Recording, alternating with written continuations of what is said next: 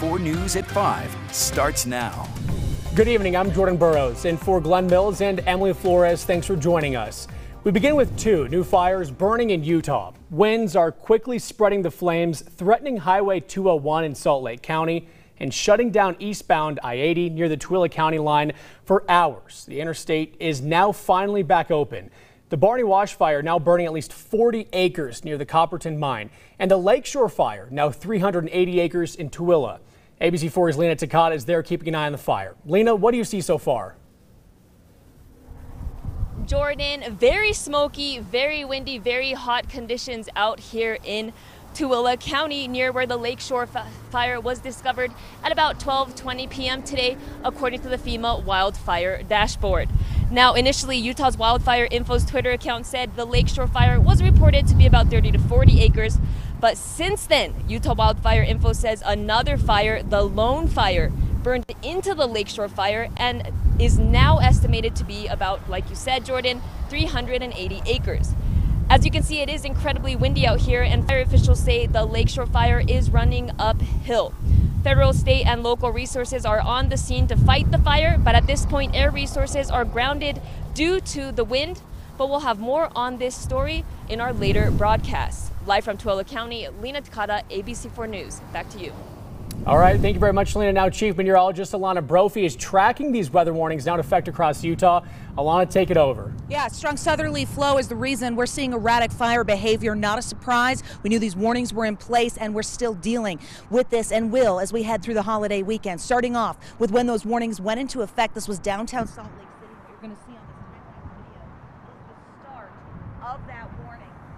And we are dealing with that dust cloud that really takes over the entire state. So very, very gusty conditions, hazy conditions, and blowing dust. Latest gusts coming out of Salt Lake, 39 miles per hour. Look at St. George at 36. The West Desert is the bullseye this afternoon, and it stays that way heading into tomorrow. That high wind warning in effect actually expanded. It included Tooele County, and now Salt Lake County is part of it, and it holds until 10 p.m. tomorrow night. So these winds are going nowhere. The wind advisory you see in tan also holding steady for our Saturday, and so we know gusty conditions really creating a problem. Southerly winds also crank the temperatures, and right now we're sitting at 100 degrees in Salt Lake. It's our third triple-digit day of the season.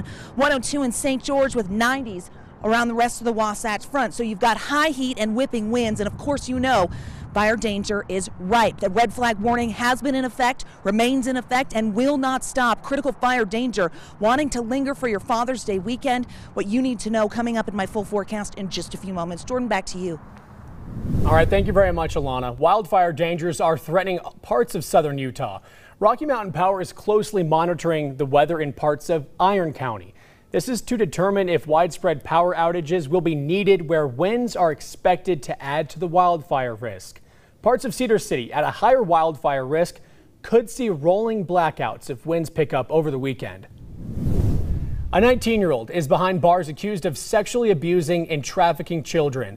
This is among several other charges. Sandy police say it's a rare case but sheds light on the warnings of stranger danger. I talked to Sandy police to hear the latest in their investigation. Police say 19-year-old Braden Riley of Sandy, Utah, used social media and drugs to lure girls into his car and coerce them into sex acts.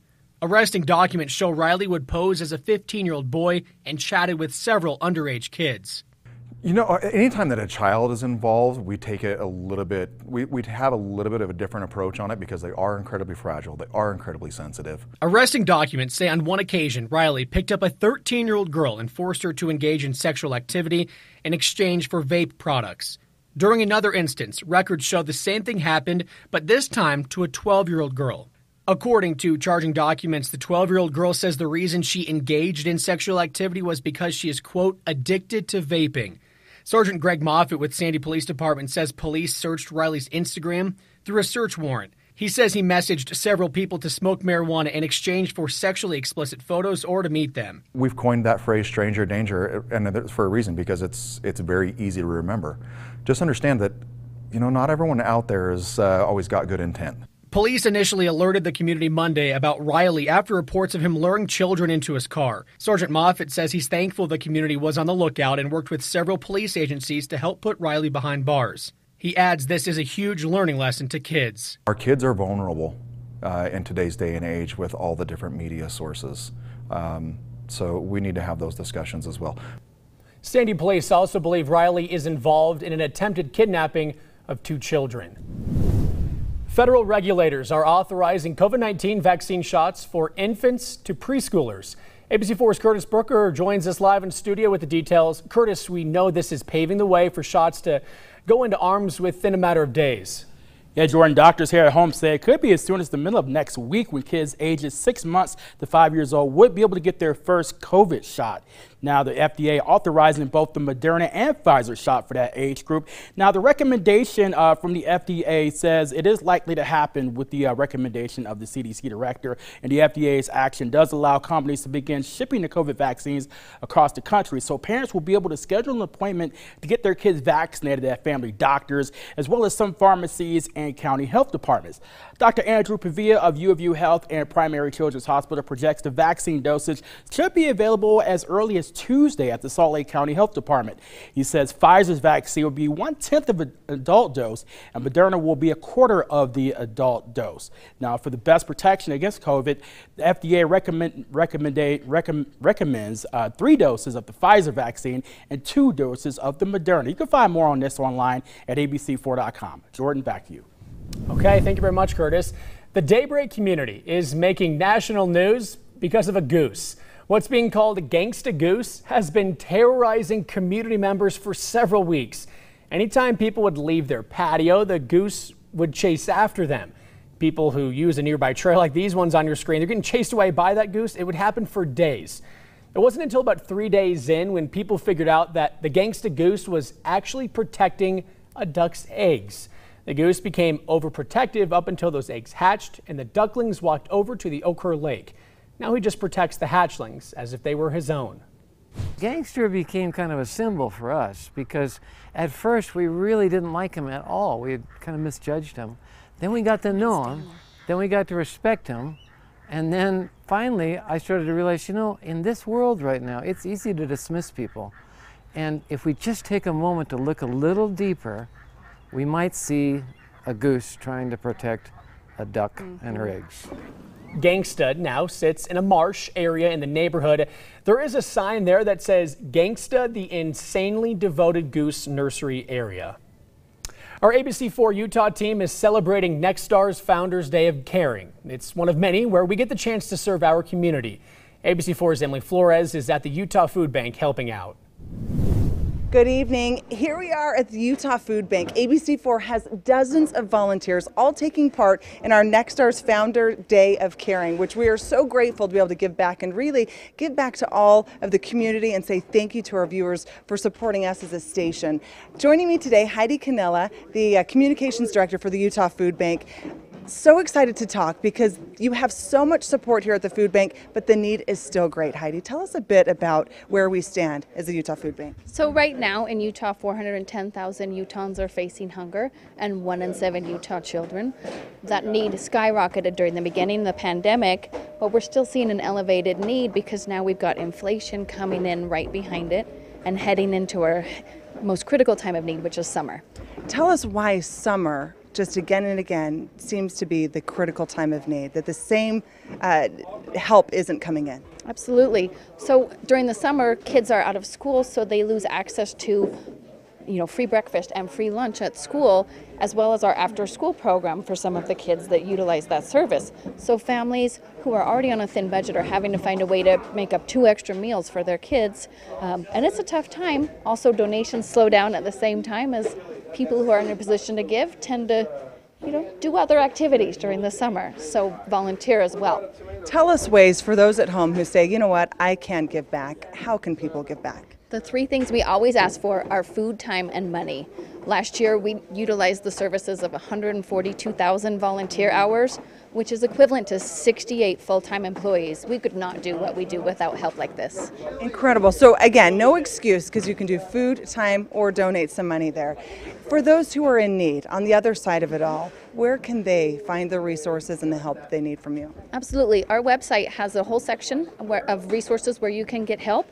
In addition, this summer we are serving free summer meals to kids across the state, 18 and younger, in parks, community centers, a variety of locations. All of that information is on the Get Help section of our website. Tell us too, this is a Utah Food Bank, serves the entire state. Only 7, I think was the number I heard, across the nation. 7 food banks are in charge of the entire state. That's a big feat. It's a big feat. Yes, we serve all 29 counties and we distribute that food absolutely free of charge. We're one of a handful of food banks who do not charge our pantries for any sort of fees for the food we send them. Okay, your last message that you just want to make sure every viewer out there hears from you here today. What can we tell them? Utah needs you. We're a long ways from where we were before the pandemic. We never know what's going to come next. Donations of food, time and money always help us. Financial donations give us the most flexibility to respond to anything that we need to, and our ability to stretch $1 into $8.71 worth of goods and services means every donation really has an impact. And if you want to donate, again, tell them the website and where they can go. UtahFoodBank.org. Okay. Heidi Cannella, thank you so much for your time here today. Thank you for the work you do here at the Utah Food Bank, helping those in need get the resources they need. We thank you. Thank you. And for those at home, as you heard, food, time, or resources, this is the way, or money, that's the way that we can really help out. ABC4 is committed to being there for you and giving back time, especially on Next Our Founders Day here today. And we encourage all of you at home to do the same. From the Utah Food Bank, I'm Emily Flores, ABC4 News. Thank you very much, Emily. Still ahead, a family searching for a man who vanished weeks ago without any clue as to why. Where police are in the investigation in tonight's Missing in Utah. And you're taking that live look at Washington County from our Dixie Tech camera in St. George. Biggest wind gust this hour, 36 miles per hour. Hazy skies with that blowing dust. And you know what? The weather threats don't quit for Father's Day weekend. We're breaking down the timeline and what to expect in Utah's most accurate forecast.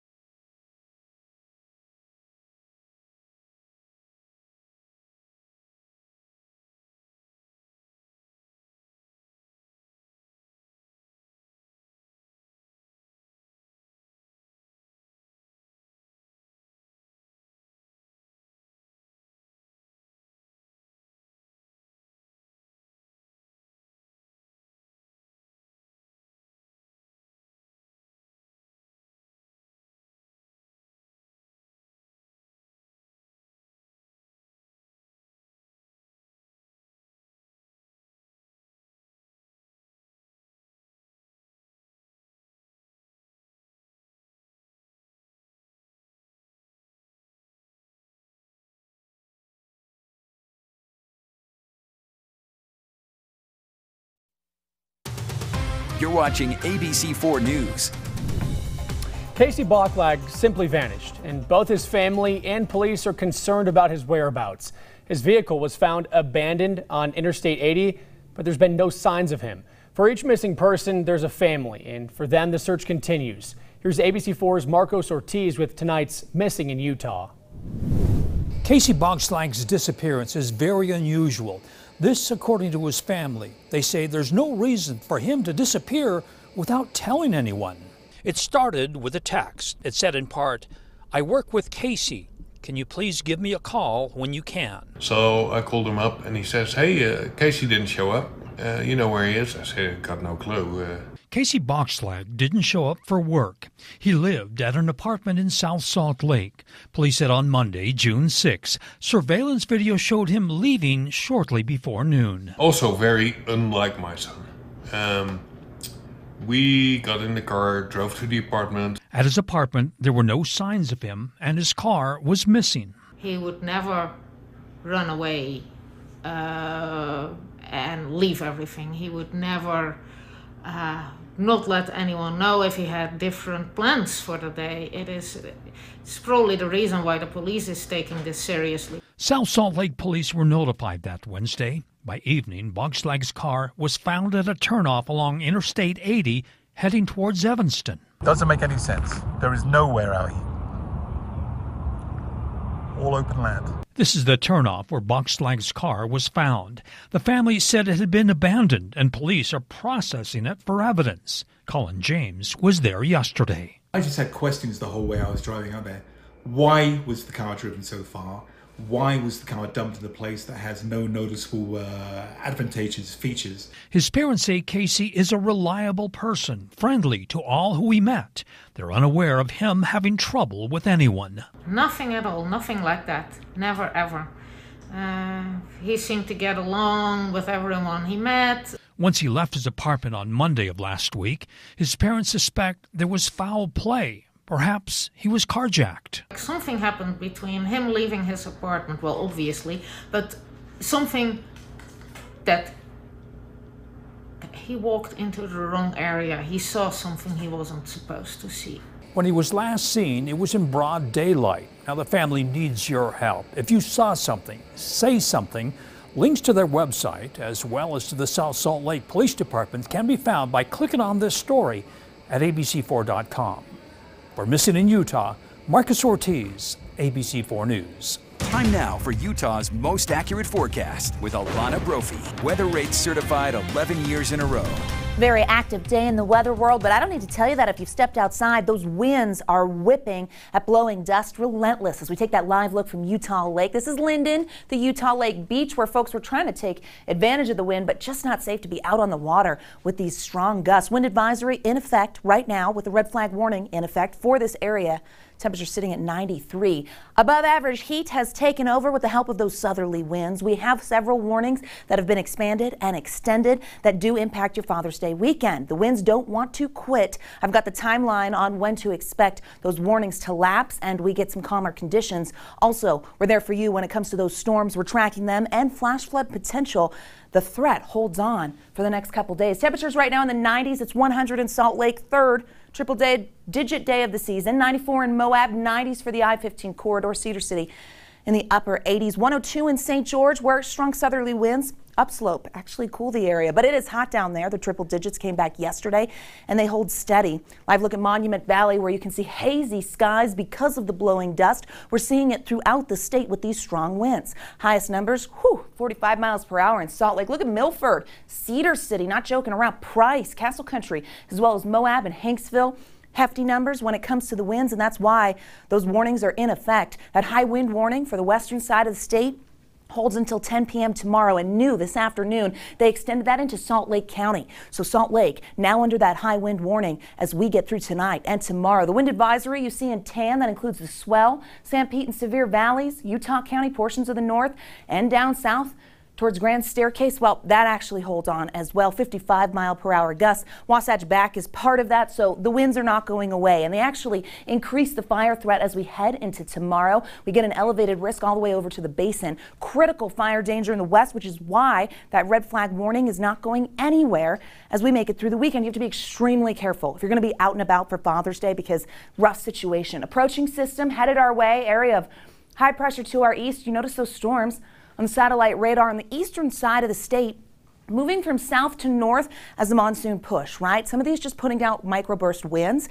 We are going to see moisture increasing as we head into tonight, so the threat of actually wetting storms and flash flood potential is going to be there. Right now it's over near the basin, but pretty quiet throughout the rest of the state, but we know that's going to go up. Okay, so that's something to be aware of. We do have flash flood possibility in all of those areas we love to visit. Now Zion's not part of this. The wind is the big ticket item there, but we do see the threat of storms not just today but into tomorrow, and this includes our national parks. So if you're going there with Dad, eyes to the skies. Not the weekend for slot canyons. Can't stress that enough. Not the weekend for it. Futurecast shows us why those storms continue on the eastern side of the state. Tomorrow, they want to slide a little into central Utah. The Wasatch Front has a chance of an isolated storm for the next 2 days. That's your whole weekend, so you've got to be careful. And you see, as we head into Sunday, a cold front approaches. We get some activity over in the West Desert.